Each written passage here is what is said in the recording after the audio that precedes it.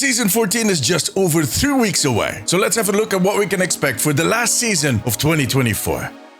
Today we're going to take a look forward at what we can expect for Season 14 of Overwatch 2. I suspect that we're going to see Team 4 continue their progression towards balanced seasons, with which I mean seasons that keep the bar up for the full 8 to 9 weeks by spreading the fun as much as possible. We already saw the signs of that in the previous season, and in Season 13 the mid-season update was one of the most content-packed mid-season cycle patches that we have seen ever. And I think it is clear that Blizzard wants to keep the excitement about the game up at all times, which I think is a smart thing. It is also the first season in a while that we don't have a single clue on what the teaming is going to be. But in the end, maybe that doesn't matter anymore. Although I'm going to do an educated guess, of course. I have to do the whole Nostradamus thing.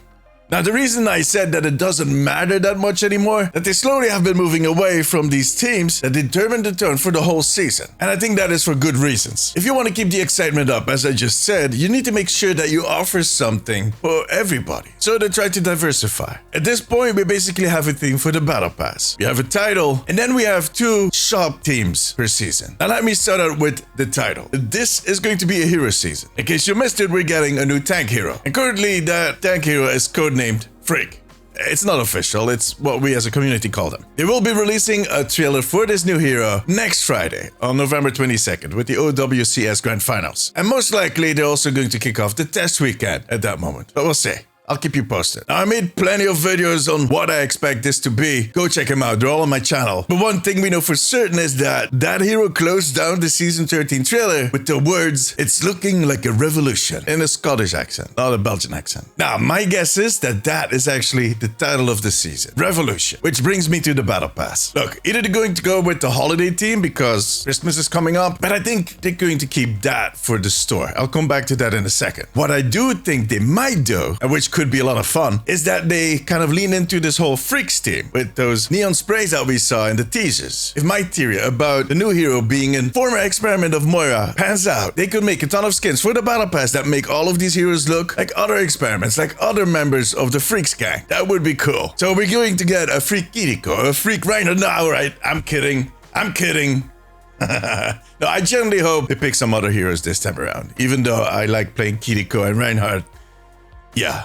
Now, making that the team of the Battle Pass would actually explain why they're always talking about freaks instead of one single hero, the tank hero that we're expecting to see in Season 14. I have some other theories, but again, check out the videos. Alright, the shop. Currently, the shop basically has 2 big waves. First half of the season and after the mid-cycle patch. For Season 13, it was Halloween and cats. Yeah.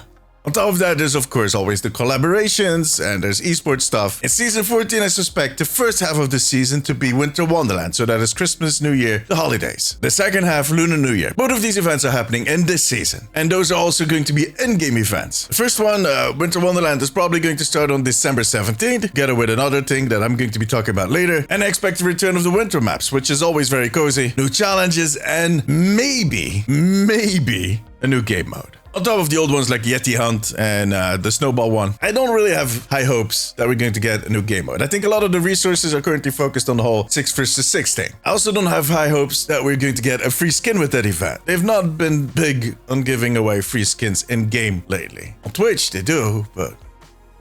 And the second event, Lunar New Year, is going to be closer to the end of the season. That's after New Year's for us. The actual Lunar New Year is happening on January 29th, and it is going to be the Year of the Snake. So yeah, we're going to capture the flag back and prop hunt with maybe an extra map. Now, besides these 2 holiday events, I also expect a release event in the first week with a new tank hero. And there's going to be a new collab probably, somewhere throughout the season. I'm thinking just between the Christmas event and the Lunar New Year event. That's kind of where I'm thinking it could happen. Second week of January. Which collaboration it's going to be is near impossible to predict. We have not seen any hints yet. That usually happens in the trailer. And sometimes when they're really early and the collaboration starts on day 1, they tend to tease it, but I think this time around, that is not happening. Now, if you ask me what I would like to see, well, look, I've said this before, a Masters of the Universe would kind of be cool with He-Man and whatnot, or Thundercats. But if they really want to be cheeky, this could be the perfect time for a Marvel collaboration, with Marvel Rivals releasing December 6th. That would be so funny. And look, I'm not hating on Marvel Rivals. I'm actually making Marvel Rivals content myself over on the Damesius Play channel. I'll leave a link below if you want to see that. It's basically like this, but about another game. All right, but let's continue on that idea of making this a Freaks-based season. What is going to be the Mythic skin? And who is getting the Mythic skin? If they don't want to have a lot of people at their campus gate these holidays just yelling at them, they better not make it another DPS hero. Maybe a tank. But remember when Aaron Keller a few months ago said on the whole thing with Venture not having enough skins that it was going to be a really exciting skin coming season 14? Could be the Mythic. We need to accept that. Could be another DPS. Brace yourselves. But don't panic just yet. It could also be that he's talking about a really nice looking legendary mythic for Venture. Let's be honest. They would fit really well in a team of rebels. I think they would definitely be up for a revolution. So it could still be a tank or a support. Most likely, if they're going with the Freaks team, a non-Omnic. So Reinhardt maybe. Just asking for a friend. Yeah, I'm my only friend.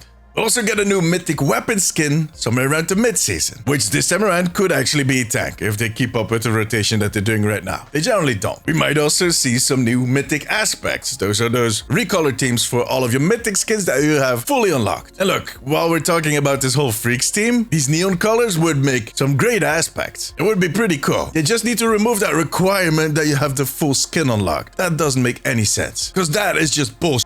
Pardon my French. And something else that will be returning, and I personally also find to be bull because it was my worst competitive experience ever, are the drives, which is going to most likely happen near the end of the season. In just 2 weeks, the drives event for season 13 are starting. We'll see how well those go, for me personally. And then I'll give my final judgment for the ones we get in season 14. What I am looking forward to, however, are the 6 vs 6 tests. Look, it's not like I care about 6 vs 6 per se. I've talked about this. I'm just looking forward to getting this whole discussion behind us, at least for the bigger part. There definitely are people that are going to keep hitting that button till the end of time. And I'm also very curious to see how it is going to work out, technically, with the queues, and just the experience itself. The game has evolved a lot in the last 2 years with a lot of new heroes, new maps, new systems. How that is going to translate back to 6 vs 6. I'm curious. Now, the first test is going to be the min 1 max 3, where you basically need to have 1 hero in every role, but you can only have 3 max. And that is going to happen before New Year. That is starting on December 17th. The second phase is going to be the 222 role queue, and that is happening after New Year's. Now, both of these phases are most likely going to run for a few weeks because they really want to test how invested we are as players. If we are still interested in all of it after 3 weeks, that is a good sign. They have, however, already stated that they're not planning on removing 5 vs 5, in case you're worried about that. So if 6 vs 6 turns out to be popular, it is going to live besides 5 vs 5. And then they have a lot of other issues they need to fix, like balancing queue times, one step at a time. Now, due to all these tests going on, I'm not expecting any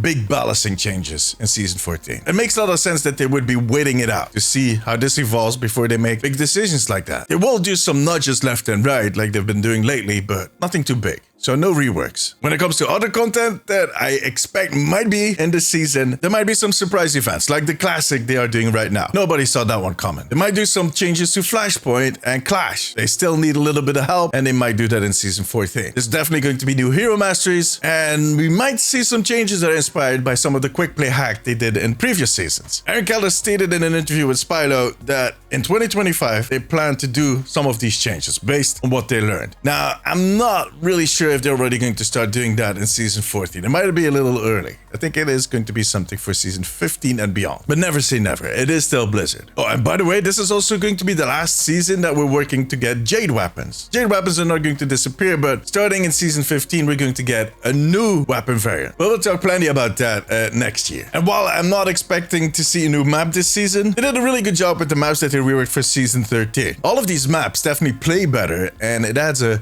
little fresh touch to it. I like that. So if they would do that for another map in Season 14, I would not be angry. That's about everything that we can expect for Season 14. It's a whole list. It's a lot. And look, I'm very curious to see what 2025 is going to bring us. But I'll make a separate video on that when we get closer to the end of the year. Now, Season 14 is set to start on December 10th. Tell me, what are you looking forward to the most? Let me know in the comments. For now, however, that was it. If you enjoyed this video, give it a thumbs up. It always helps me out. I also want to thank my Patreons. I could not make these videos without you guys. You have my eternal gratitude. If you have a few minutes left, maybe check out this video. Click it. But above all, take care of yourself, take care of each other. Bye bye.